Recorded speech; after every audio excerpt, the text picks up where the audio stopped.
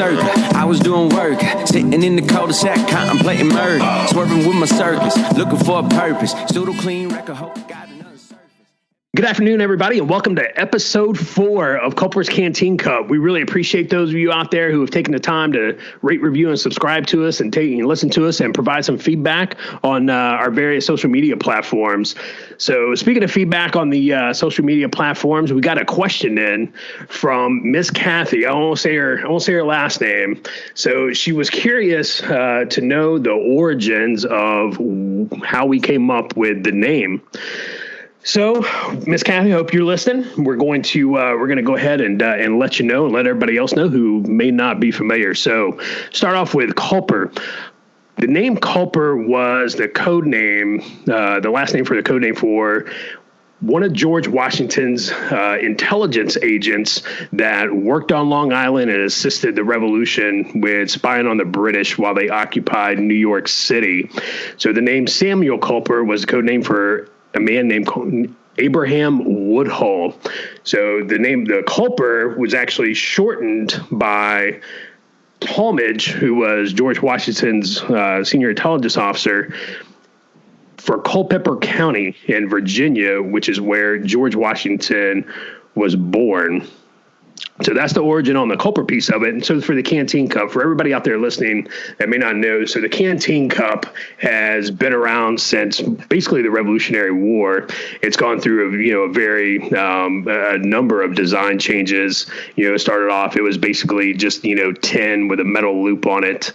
And is morphed into what it is today. But, soldiers from the Revolutionary War up until today have utilized that Canteen Cup for a little bit of everything, not only to drink out of, we've shaved in it, we've done other things in it, even used it as an entrenching tool to dig out dirt and dig out whatever. So, it has a lot of uses. We thought it kind of fit our podcast because a lot of podcasts, people try and bend it into a certain category, the genre that you fit in.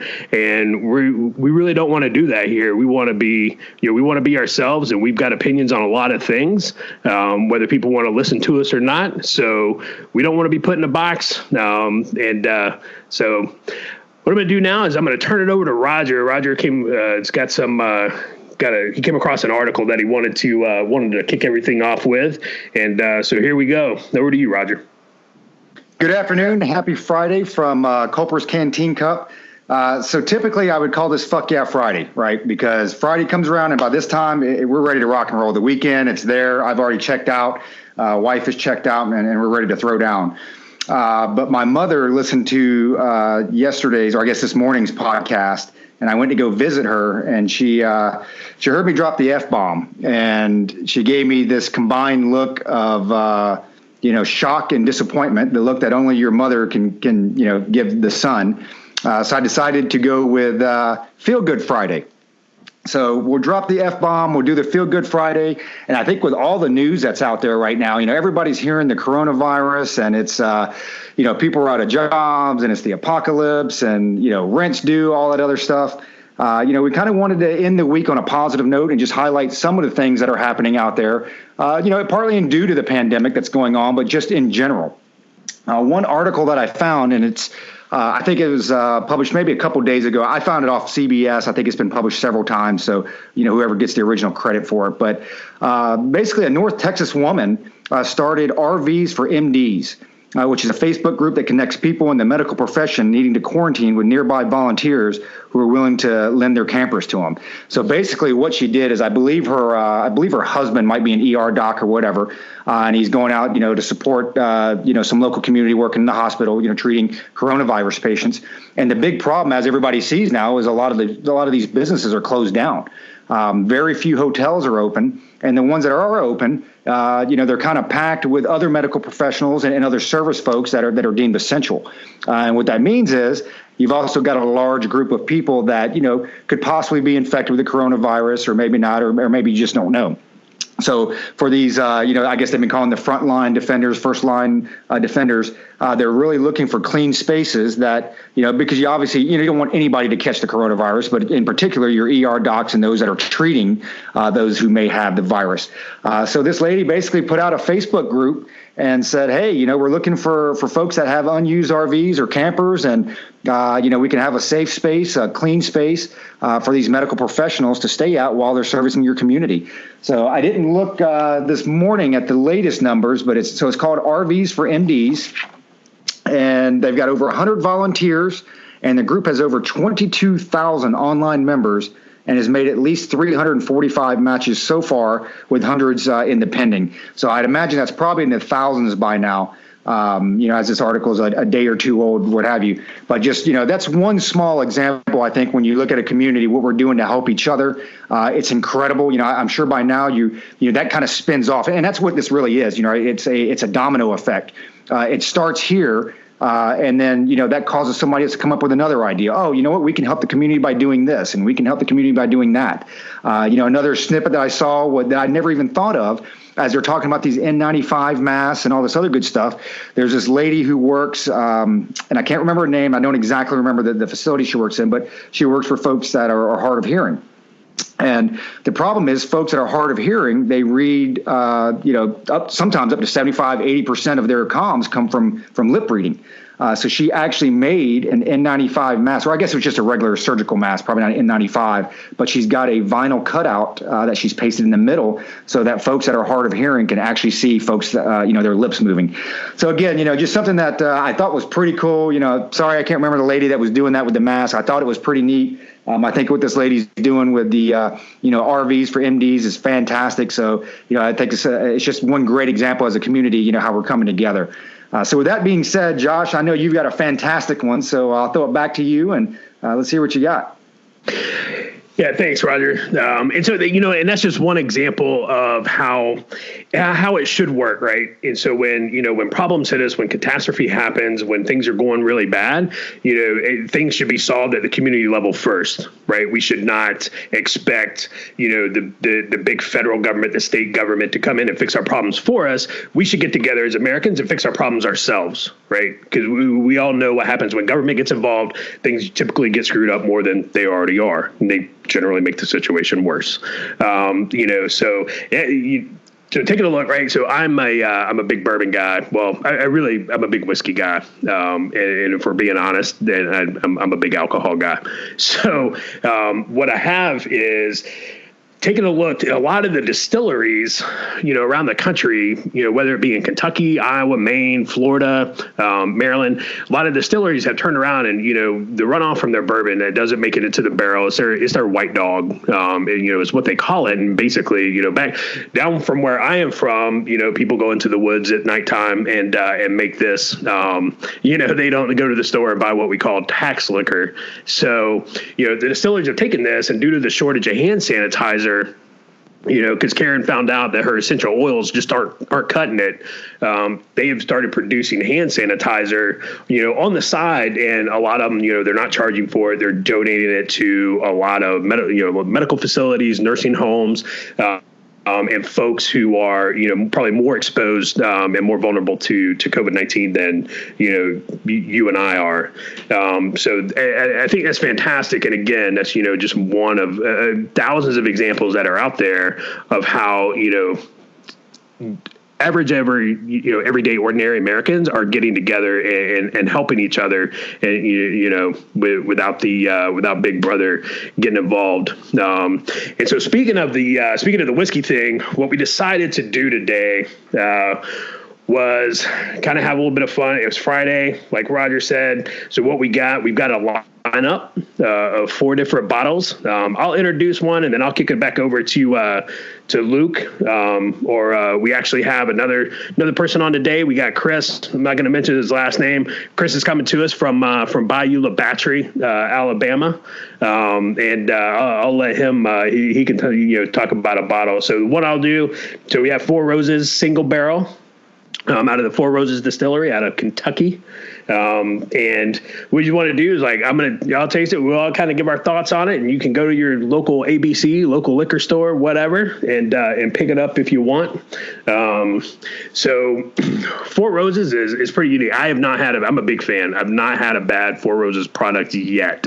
All right. And again, this is their regular single barrel. In the glass, it's got a nice dark color to it. It's got long legs, which means it kind of sticks to the side of the glass when you swirl it around. And on the nose, you get a little bit of the alcohol, but not much.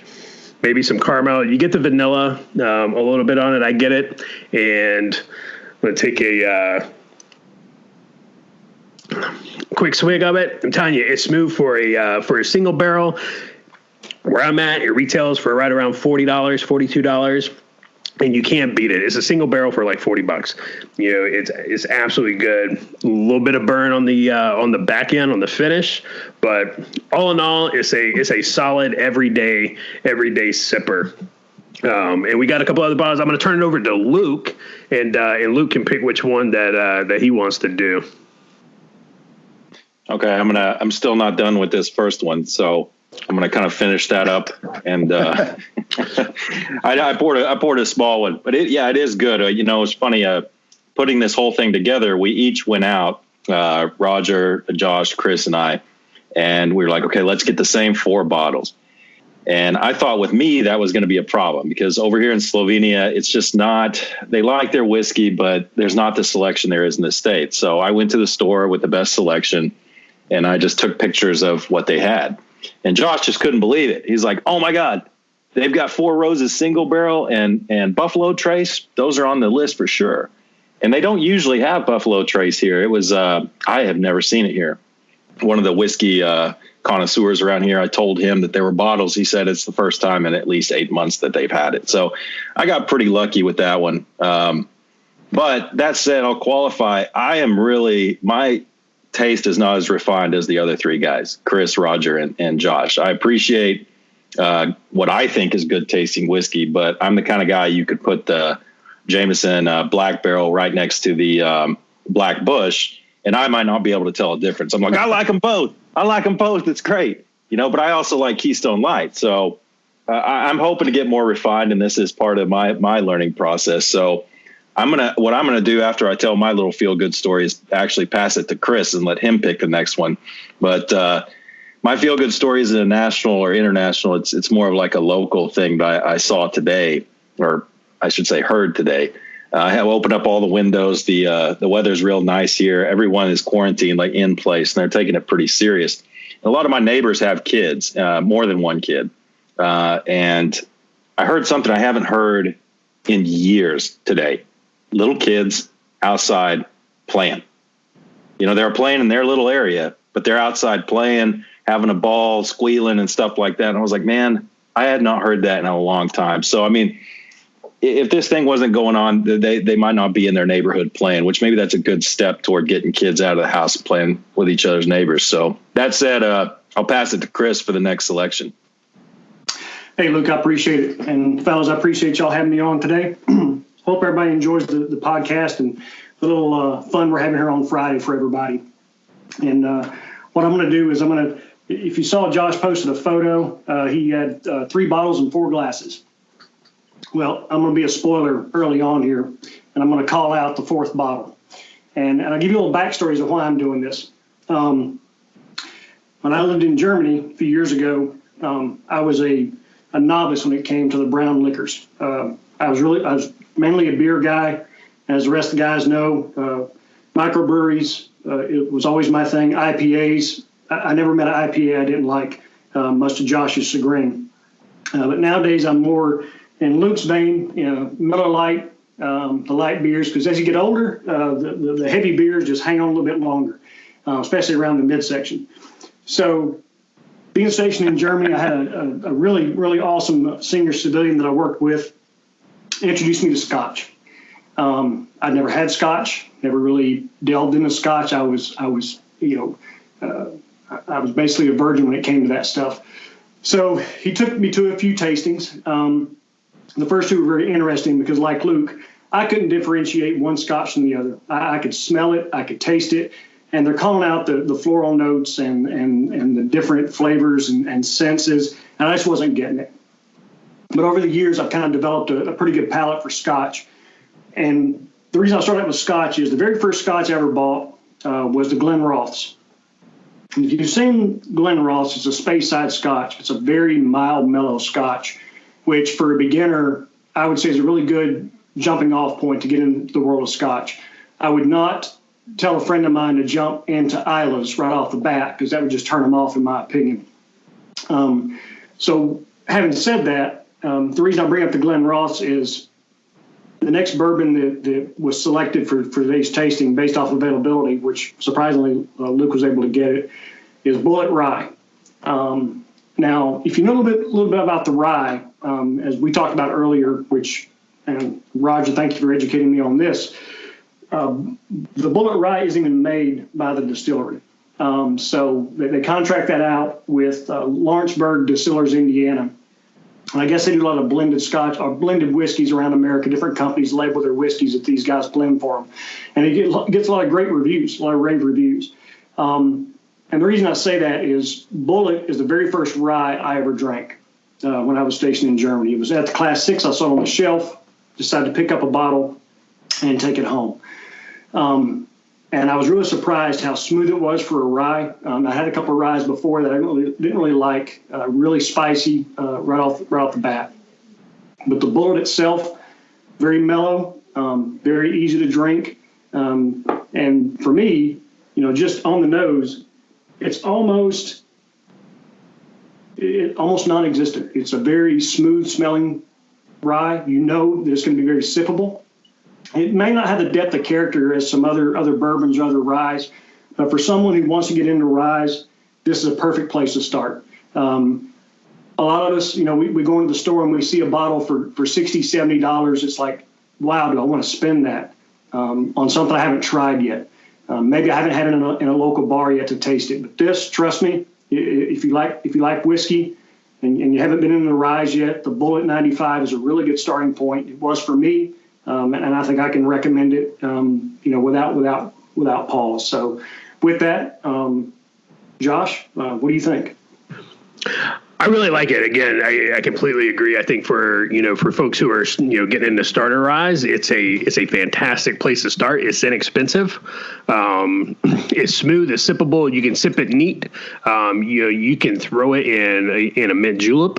If you want, like it doesn't matter. It's extremely versatile. And again, I didn't get into, whiskey, until I was a little bit later in age, because I was a poor, private living in the barracks, and all my money went to Natural Light and Budweiser, so spending dropping $30 on a bottle or $40 a bottle, like that was just unheard of. So when you can go get a 30 pack of Natural Light for $9 and get the same job done. So, but being older, I like to refine the nicer things now, and more importantly, I can afford the nicer and refined things now. So yeah, no, it's a great starter, right? And so I'm glad you brought that up. That it's not actually distilled there at Bulleit, but it's so that place in Lawrenceburg, Indiana, that's MGP, right? So Midwest Grain Products is the name of it, and I didn't find this out until I really started getting into whiskeys. They actually do. They sell to about 50 different labels of whiskeys, so they do it, they distill it there in Indiana, and then distillers go and buy them, and then they'll age it, in their own barrels for, however long. And then they'll sell it under their label, but it's all sourced out of Indiana. A lot of people don't know that. A lot of people are surprised by that, but don't let that turn you off, because they do make some fantastic liquid. So I'll turn it over to Roger. So first of all, the both good selections, and I tell you, it's actually pretty interesting because we have a and I'm sure we have some bourbon connoisseurs or whiskey connoisseurs out there that are sharpshooters to death or whatever. But, we obviously have a rye. We have 2 bourbons. One's going to be, kind of a run of the mill. I don't want to say entry level, but, it's your more affordable bourbon. And then, obviously we talked about the Four Roses single barrel. It's going to be at your higher end. And then, we have an Irish whiskey. So it's pretty interesting going from the Four Roses single barrel, which in my opinion is probably one of the best that you can buy out there, especially for the cost, right? And so you go from that flavor profile, which is very full. I mean, it is a very thick, I guess for lack of a better term, it's a very thick bourbon. And then you go from that to your Bulleit 95 rye, it's a lot thinner, and there is a definite distinction because of the high rye content. One other thing is, I will tell you this, my personal opinion, we are not whiskey snobs or bourbon snobs. So I will tell you this, I know Luke gave a thumbs up to the mint julep, so, badass, good on you. But whether you drink it on the rocks, whether you drink it neat, whether you mix it with whatever, hey, you know what? This is America. You can fucking mix that shit with whatever you want, drink it neat, drink it straight, do it, with ice, whatever you want to do. It is your money. You bought it. You drink it the way you want it. So I would say, and I might be getting a little buzzed here, so I'll leave it at that. So my next choice here is going to be your straight Buffalo Trace. Glass out here. Let me say real quick, Roger, you said that, and it's funny, I read a quote earlier today, and I agree with you. I've got everything from George Dickel on my shelf, and I mix with it, I drink it, all the way up to the 15-year Whistle Pig, which is a rare treat. But what I'll say is, and there's a quote that I read earlier that's perfect to what you said, that there is no bad bourbon. There's only bourbon, and some are better than others, which is right, because we all have a taste that we gravitate to. I don't know. Redemption's pretty bad. Well, that's a rye. Redemption's pretty bad. Yes, and I would agree with you 99.9% of the time, but redemption is bad. I'll touch on that in a moment, because I agree with you 100%, because there may be a bourbon that Josh likes that that Luke just doesn't enjoy because of the way it finishes. And I'm in the same boat. People have introduced me to different liquors that I'm like, I don't know how you drink that. How do you enjoy that? Going outside the bourbon realm, I don't get gin. I just can't drink gin. Other people love it.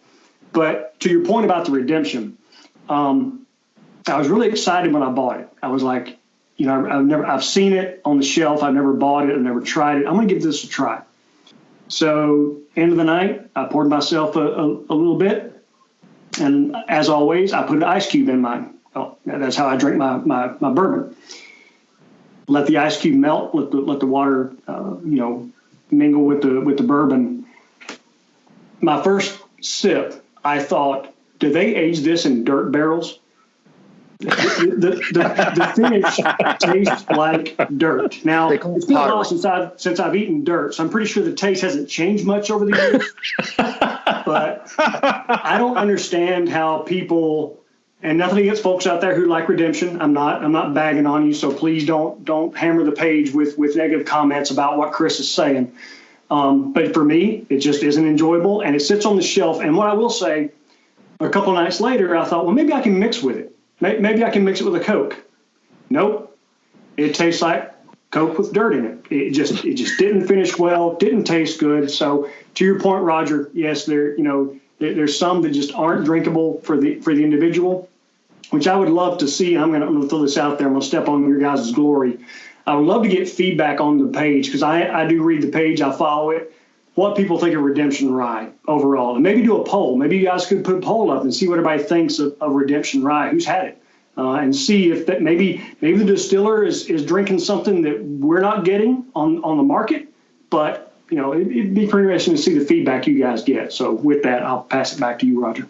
Yeah, and we'll go ahead and post Chris's personal Facebook page for all the hate mail for the redemption. You can just go ahead and hit him up directly with that. That would be great. But no, it's kind of funny because it is true, right? There are no bad bourbons. You have it's like sex, right? You have good and better. And then my wife said, "Well, yeah, I wish I saw it that way." But anyway, so next I picked up Buffalo Trace, right? So it is a very Buffalo Trace is very weird because it kind of depends. So this is going to take me on a rant a little bit, and I think somebody actually complained about me ranting, which is kind of weird because they're ranting about me ranting, which is ironic. Whatever. So, dude, it is a racket. I believe that the way the distribution networks work and the distilleries. So they sell this bottle Buffalo Trace. I can get it out here at a if I buy 6, I get a 25% discount. I get it for like $23 a bottle. But I would tell you, you go to places like North Carolina, and I think, Chris, I think you were even talking about possibly having a problem with it. I mean, Josh, what's a bottle of Buffalo Trace on the economy run out there, if you can find it? So North Carolina is a control state, right? It's weird though, but North Carolina is a control state, but each county is governed by its own ABC board who gets to set their different rules, which is absolutely insane. But the North Carolina state set price for Buffalo Trace, I believe, is $27 and some change, right? If you are not at the ABC store when they put it on the shelf, if you are not there within an hour, you are not getting any Buffalo Trace until that store gets another supply, another drop of it, and it may be that may be 6 months later. It's the label. It's the label. It's the label. No, it's absolutely the label because people are so fixated on the Buffalo Trace distillery, because Buffalo Trace, that's toward the bottom, and what's at the top of that? Pappy. Right. And people are so fixated on Pappy. And so the Wellers, all that coming out of Buffalo Trace distillery, it's good. Right. But it has gotten to the point where, it's a fist fight, man. It's like Black Friday at the ABC store when they drop that stuff. That's if they even put it on the shelf. Right. And so there's some stores, as soon as they get it in, since it's so limited, either they take it for themselves or their buddies, they're saving it for their buddies. And the people out there, and I know some, maybe some of y'all listening, the people out there who flip bottles, right? I am an enthusiast. I'm not an aficionado when it comes to, whiskey, whether it be bourbon or scotch or rye or anything. But the people who go in and buy a bottle off the shelf, knowing that they can turn around and sell it for, a 20 times markup, and they never drink it, they never crack it, you suck. You fucking suck. And you're ruining it for everybody else. You're an asshole, and you suck. All right, stop it. Go find something else, bro. Go switch over to gin. Go switch over to vodka. Go do something else. Leave the bourbon and scotches alone. All right, leave them for the people who actually like them and actually drink them and actually open it up. So I know there's a little bit of a rant, Roger, and you just asked one simple question what the price was. But it's all good, because it does take me back to a conspiracy theory, right? Episode 3. So I truly believe that they intentionally work out the distribution so they limit in certain areas. And they do that, my personal belief, all right? And this is 100% factual with the Roger Peer study done by himself. But I believe they look and say, okay, yeah, this is going for $23, $24 a bottle. But hey, if 13 of the states, we can jack this up to $50, $60, $70 a bottle, right? You bring that cost up, and then obviously what goes on with the name brand and the PR or what have you. Because as he struggles to find, Buffalo Trace, like I said, I can go to my Fry's or CVS, and if I buy 6, they're going to give me like a 20% discount or 25% discount, which is crazy. Real quick. I'm sorry. Yep. Go ahead. I was going to say real quick before we go into the tasting part. Last November, I was in the duty-free shop in Copenhagen. They had a wall of Buffalo Trace, a wall. So I grabbed 3 bottles for vacation and took them to our vacation home. And to your point, yesterday I went to 3 stores, very large, liquor stores in the area here. None of them have Buffalo Trace. And one of the owners, he said to me, we can't get it because it all goes to Europe. Right now, they're exporting so much of the Buffalo Trace to Europe that the U.S. market gets a limited supply. Now, as I told you fellas this morning, or maybe it was yesterday, I forget, after two bourbons, I walked into a hole-in-the-wall mom-and-pop liquor store where most folks are looking at the bottom shelf, right? They're not getting high-end scotches, bourbons, whatever the case may be. And there sits 3 bottles of Buffalo Trace. I grabbed all 3. And when I got to the register, I said, I bought all you had. And she basically made a comment to the effect of, I'm glad somebody bought it. What the fuck? Yeah. So I know where my go-to place is now for the higher end bourbons because nobody wants to pay those prices. And again, I don't like to pay those prices unless I have to for something that I like. So, to that point, I agree with you, Luke. It's the name. Folks clue in on a name, and I'm the same way. I can't afford Pappy Van Winkle. Would I try it? Of course I would. I'd pay for a glass to try it. Maybe if I got a good friend that has a bottle and I'm at their house and they want to let me have a sample, I'm not going to turn it down. But some of the other bourbons in their line, sure, I can afford that. I can pay it. And I would get it. So right now for me, what I can find is the Buffalo Trace because that's what's available when I find it down here. And I don't know about for you guys. I know Luke is in a unique situation in his location. So, I've rambled on enough, so I'm going to pass it back to Rogers who actually taste this. Well, and it's actually funny because you talk about the hole in the wall liquor stores, and my honey hole is a hole in the wall liquor store, and fuck, man, sorry, Mom. Yeah. Luke is going to love this. My honey hole is in Apache Junction of all places. So I drive out to Apache Junction, man, and I tell you, it's actually pretty incredible. So my buddy turns me on this place. He's like, hey, man, it's a shithole, like total shithole. I'm like, all right. And he's like, people were in there buying Screwball and White Claw and all this other stuff, right?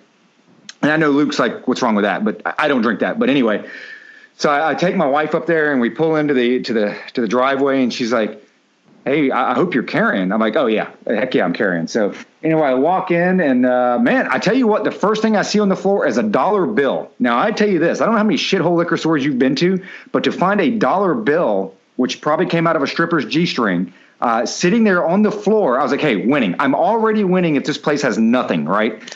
So I walk in there and I'm like, I pick up the dollar. I'm like, babe, Charlie Sheen, we're winning. Walk to the back. I'm looking at, really good selection, really good prices. And the owner comes out and like Josh said, with the, the D bags that flip, I always feel awkward and embarrassed about, hey, do you have this? Do you have that? Asking about the allocated stuff because everybody does that, right? Everybody's mom, sister, brother does that. So he's like, hey, guy, what are you looking for? And I said, you know how it is. I'm just kind of always looking and seeing if I find something that catches my eye that's worth spending some cash on.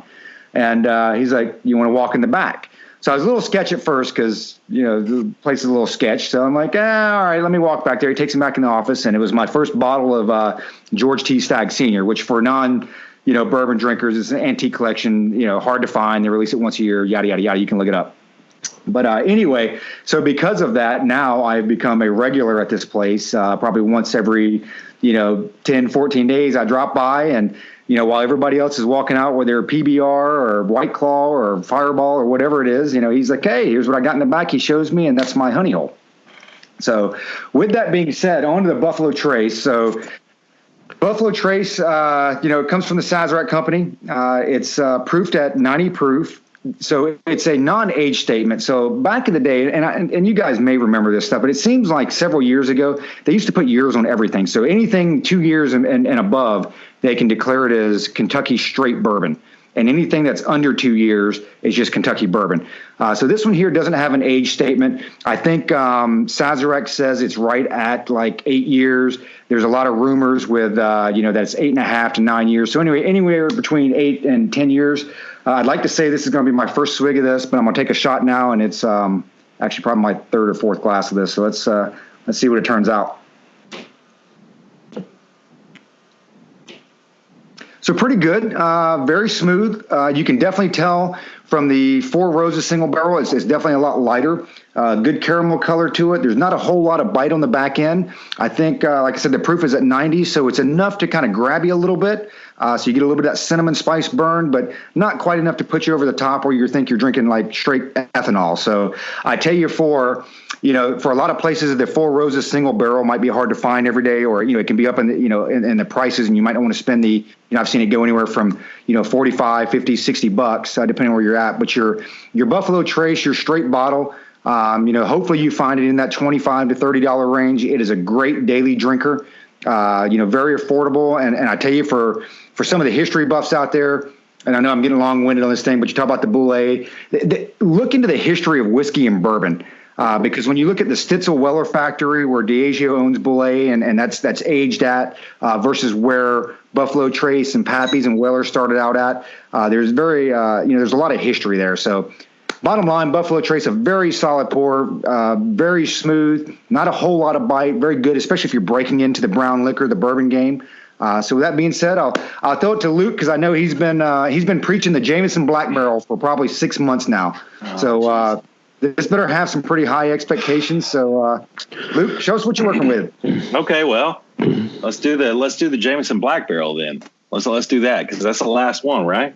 Okay, so I've already got my my ratings because I know what Jameson Black Barrel tastes like. Like Roger said, I've been messing around with that for the past year. I've got my ratings. I'm going to save that till the end, but it's my go-to. I would say, when I'm not in my Keystone Light phase, where it's like, I'm just going to go with the Black Bush. When I'm not in that phase, I go with the Black Barrel because to me it tastes good. And like I said, you guys say you're not whiskey snobs, and you're not. But at the same time, it's like, oh, I'm freaking Luke with his Black Barrel. Hey, way to be passive aggressive.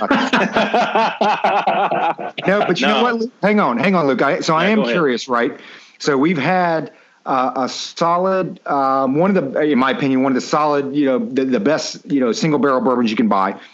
We've had a solid run-of-the-mill bourbon with the Buffalo Trace, and then a great Buffalo Rye, or the Bulleit Rye. So I'm kind of curious when you drink this Black Barrel to see what your palate says after drinking that, because obviously the Irish whiskey is completely different. So I'm kind of curious to see what your take is after drinking that, going to the Irish whiskey. Well, I got to drink it first, and then I'll tell you. But so as I'm pouring here, I'll make a proposal for the next tasting we do. I think that we should do, a White Claw and Zima tasting, if you can find it anywhere, with Fireball chasers. And see if we can go 6 rounds with that, and then see where we are. So, Chris, I'm gonna shoot it over to you on this. Wait, who's talked more, Chris or Josh? Yes. Okay, so Chris. I'm going to shoot it over to Chris on what he thinks about the Irish whiskeys while I pour and taste here. Well, thanks, Luke. I appreciate that. Let me tell you that I drank more than my fair share of Irish whiskeys living in Europe because it was readily available, right? So, and the prices were great. And Jameson's was always a go-to. I could sip Jameson's all day. And then Jameson's came out with their Jameson Selects, right? The stout barrels, the whiskey barrels. And I gravitated to the stout barrel because being a beer guy, I really enjoyed it. Now, I've not had the Black Barrel yet. What I will say is my wife opened the bottle last night and had it before I did, so I was a bit upset. I'm a bit jealous. She got to taste it before I did. I buy it, she drinks it. That's how the relationship goes, which is great. It works out great for both of us. So I will give it a taste. I've smelled it. And what I would tell you right off the bat, and I can tell you it's going to be something that I will enjoy drinking. It's you get vanilla, and not to be too techie with this, but mowed straw, mowed hay. If you've ever been by a farm field, and most of us have lived out in the country, when they mow the hay, that's exactly what I smell. And what that tells me is, at least personally, it's going to be something very smooth that I can drink 2 or 3 and not feel like hammered shit the next day. So, I'll taste it and I'll give you my opinion, Luke. We'll see if you actually picked a winner or if you just picked something off the shelf over there in Vlad Dracula land that you want us to. You said mowed hay. And I'm like, okay, now I like it even better. Because even if you're, that's highfalutin. I'll tell you, that's highfalutin, like Roger's highfalutin pronunciation of Bulleit. Hey, you know what? The rest of us are going to call it Bulleit. You know what? No, you know what? I say that because I did the distillery tour, right? And you get to walk into Thomas Bulleit's office, and it's his office. And you're sitting there, and they're like, and it always comes up. So how do you pronounce the name? And it's like, it's Thomas Bulleit. My last name's Bulleit. Like, all right, that's what I'm going to call it then. So, all right, I'm there with you. That's a good story. That's a good story. So you got to walk in his office. I want to tell a quick story because we got a few comments that, hey, why don't y'all tell war stories and like stories from your military past? So you were in the Bulleit office, and I'm going to give you that because somebody asked the question. It was answered. Now I'll pronounce it Bulleit. That's legit. So, but you were in his office. So I'm going to tell a quick story. I'm going to make this 1 minute. So back first assignment, lower enlisted. I was in the MI company in the 3rd Armored Cavalry Regiment, which means we got all the shitty details. And one of the details was you got to go clean the regimental commander's office. Yeah, you got to go clean his office. You got to go clean the headquarters office. So I'm like, okay, whatever. I'm new in the Army. It's like, okay, I'm gonna pay my dues, whatever. So we're mopping the floors and dusting and shining stuff. And I'm in the regimental commander's office, and his coffee cup sitting right there. And of course, we had an NCOIC as an E5 who's like watching over us, making sure we don't take a dump on his desk or anything. And I look at this E5 who rotates in and out. And I'm like, is that the regimental commander's coffee cup? He's like, yes, it is. And I was like, okay, so you're letting lower enlisted guys who are forced to clean his office near his coffee cup? Now, come on, guys. You tell me nobody over the years rubbed their junk in that coffee cup. And I'm going to kick it back to you. Wow.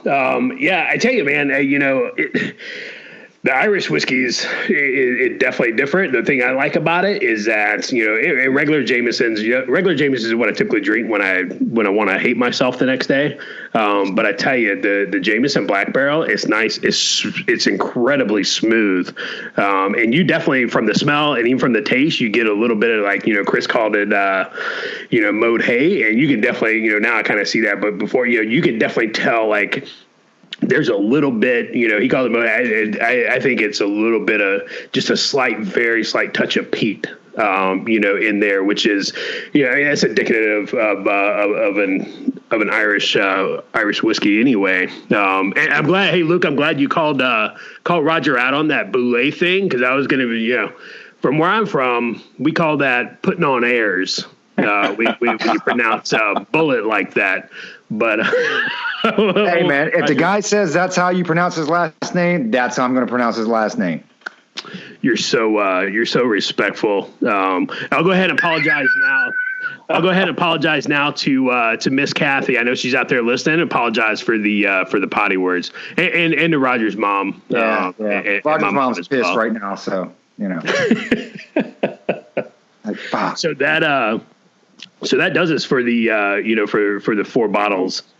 Well, so are we gonna like go around the horn and like rate these, like our favorite to our least favorite? Yep, go ahead, Luke. Yeah, we can do that. Oh, you got to start with me. There you go. All right. So I had an initial list here, and I'll be honest, I made the initial list before I even tasted all of them.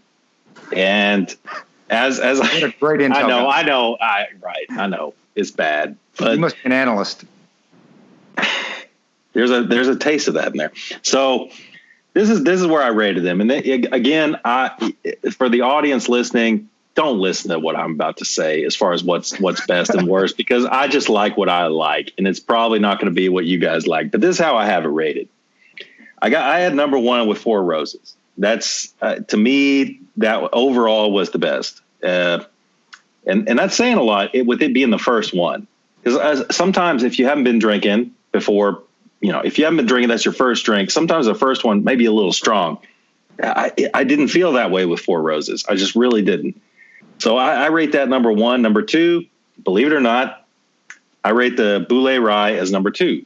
I like it. I drank a little bit of that last week, and I was mixing it with some stuff, and it works with me. I don't know, and it makes me all emotional too.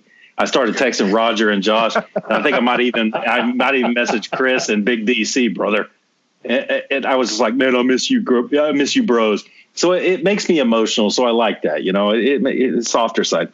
Number 3, and this may change over time, but number 3, I gave to Buffalo Trace because maybe it's new because it's new to me. Because honestly, the first time I drank it was last night. So I really liked it. I liked the way it felt. And number 4, believe it or not, is Black Barrel. So, but they're all good. You know, I'll pick up Black Barrel if the other ones aren't on the shelf. So, but I'll also pick up the Black Bush. So, take it with a grain of salt. And who's next? Is that Chris or Josh? I'll take it. And then that'll be my talking for the podcast since I'm the guest. I don't want to eat up all the airtime of the hosts because you guys have never heard my voice. You're probably tired of hearing it by now. But I'm a little bit different from Luke. And what I'll say is I'm going to start out probably the same as Luke. The Four Roses, hands down.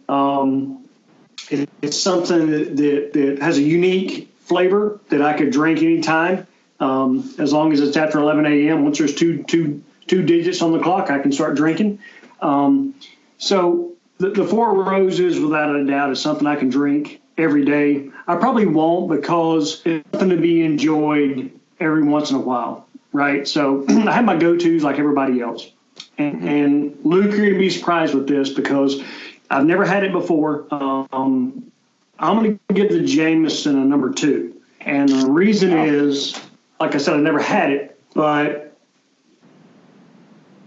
the difference between this and regular Jameson and the Jameson Barrel Selects is night and day. Just the vanilla flavor, the sweetness, like I said, the mode hay, it's something that I could drink. And Irish whiskey can sometimes be harsh and hard to drink for most people, but Jameson got this one right. They hit the nail on the head, and I got to give them credit for that. And I got to give you credit for picking that out. So kudos to you, brother.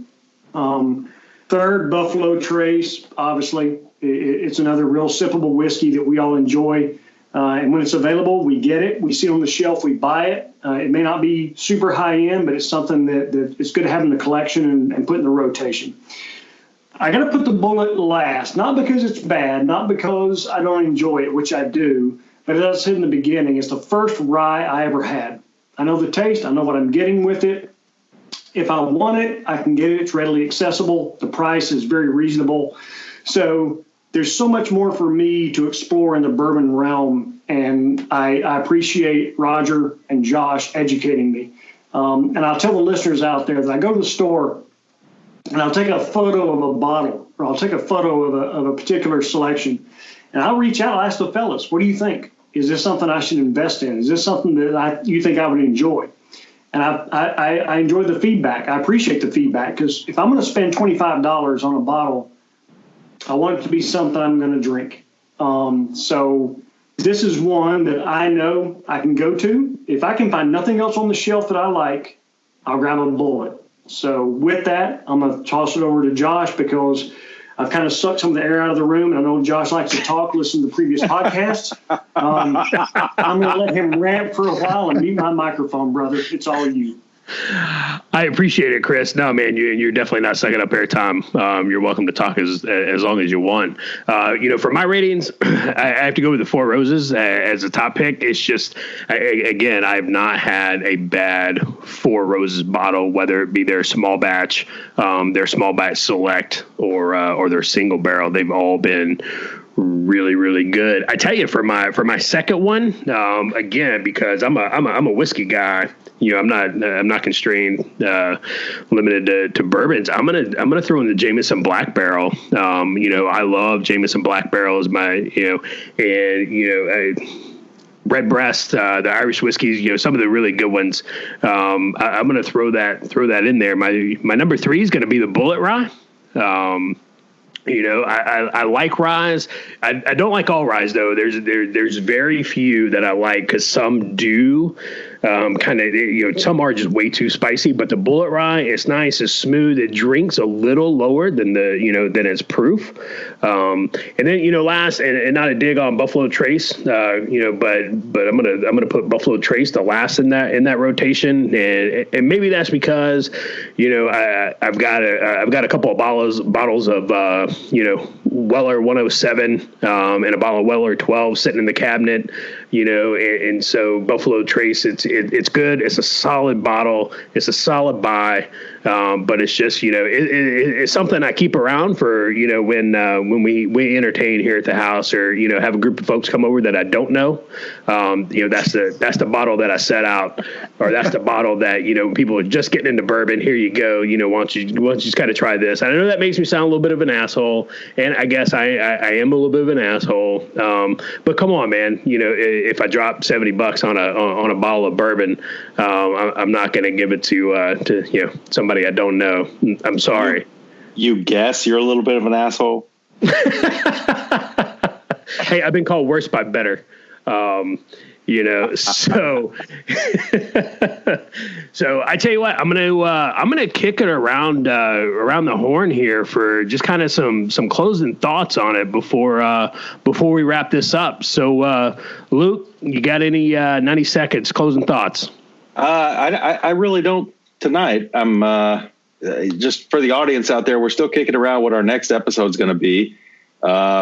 We're thinking about taking on a pretty heavy topic, and maybe having a couple other people on over the next couple of shows. I really don't have any closing thoughts. This was a good one. Believe it or not, the Culper's Canteen Cup, Roger's been doing a lot of work on it, and Josh has been trying to control it all, but that's all I have. I'll kick it over to Chris, but before I do, I'll say that we didn't get a chance to hear Roger's top four, so maybe he can boil that down after Chris is done giving his closing thoughts. Thanks, Luke. I'll give you my closing thoughts, but let me back up a second. When you said that Roger is the brains behind the operation, but Josh is out in the forefront trying to manage things as the puppeteer, would that make him, I guess that would make Roger the producer and Josh the director in Hollywood movie speak. So that would make me the key grip or something, the camera handler, the nobody. See that. Well, I'm not going to say what I was going to say. So, what I'll say is, and I'll go back to the very beginning of the podcast when everybody told their story. The feel-good story of the Friday, Feel-Good Friday, as Roger's mom will appreciate. And this is just my little vignette on it. We talked, and I listened to the podcast yesterday, and Josh highlighted the small business, which is outstanding, because we all know there's 30,000 small businesses in America that employ, 30 million small businesses in America that employ 90 million Americans. Think about that. 90 million of us are employed by small business. So your large corporations, they have their employees, but small business makes things run. And we all day to day encounter these small business owners, right? And when we first moved down here, I started following local pages on Facebook because I wanted to get into the community. I wanted to hear and see what people were doing, what they were enjoying, where they were going. And what I like, especially in the last 30 to 45 days with the shutdown and everybody being told to stay in, they highlight small businesses. Go support these small businesses, whether it's a restaurant, whether it's a brewery, whether it's a grocery store. And we try to do our small part by going out and buying from these small businesses as much as we can in this day and age. And you would not believe the gratitude that these small business owners have for walking in and spending $20, $30. To me, that's not a lot of money. But to them, that's their livelihood.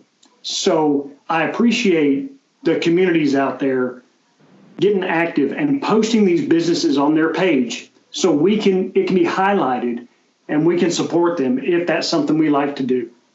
So I'm not going to call it any particular business one way or the other, but to me, being new to an area, I got to know what's out there. What do I want to do? And now with this COVID-19 being out there, there's businesses that are just barely keeping their nose above water, barely surviving. So it's good to get that daily update. I know who's serving food curbside. I know who's filling growlers that day as a beer guy. So to me, that's good that I can get out in the community. And hopefully when all this blows over, those businesses still survive, We're going to lose some, not all. Hopefully they survive at the end of the day and they're able to come back even stronger, because I know in these small communities, we're going to continue to come out and support them. So with that, Roger, I'll give it to you to help to close this out. That was pretty heartfelt. Mine's not going to be so heartfelt. All your voting is it's all dog poop. Four Roses single barrel.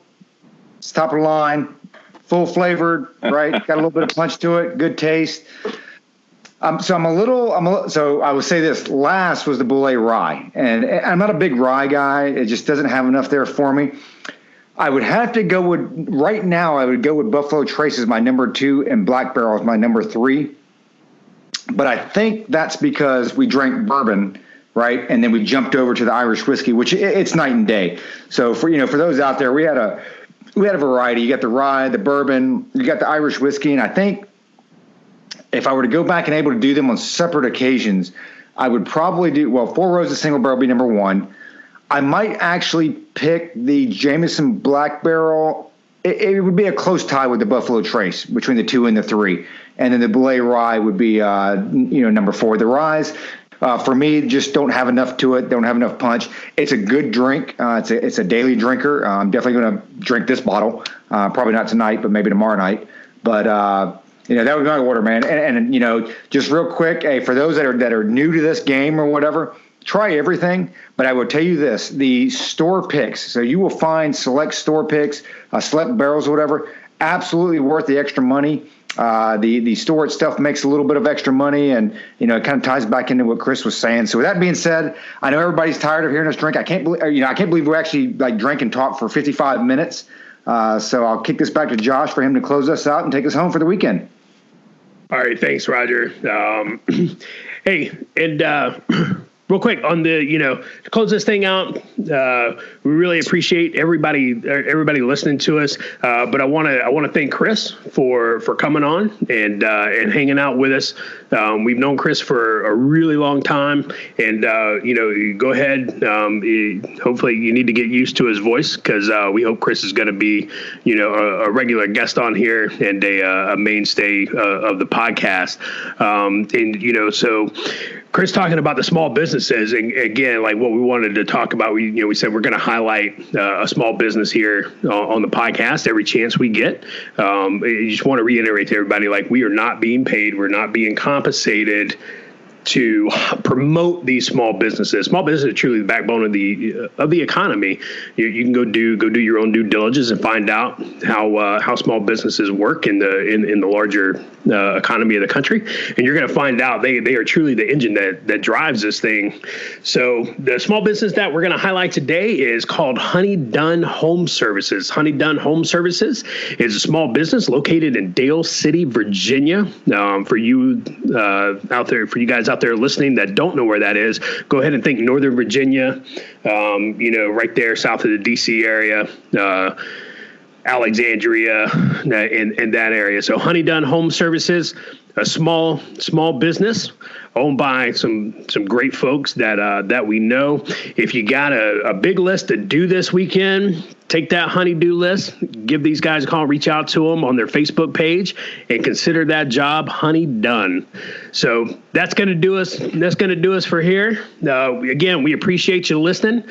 Give us a rate, review, and subscribe on whatever podcast app you're listening on. And want you to stay safe, stay healthy, and have a great weekend, folks.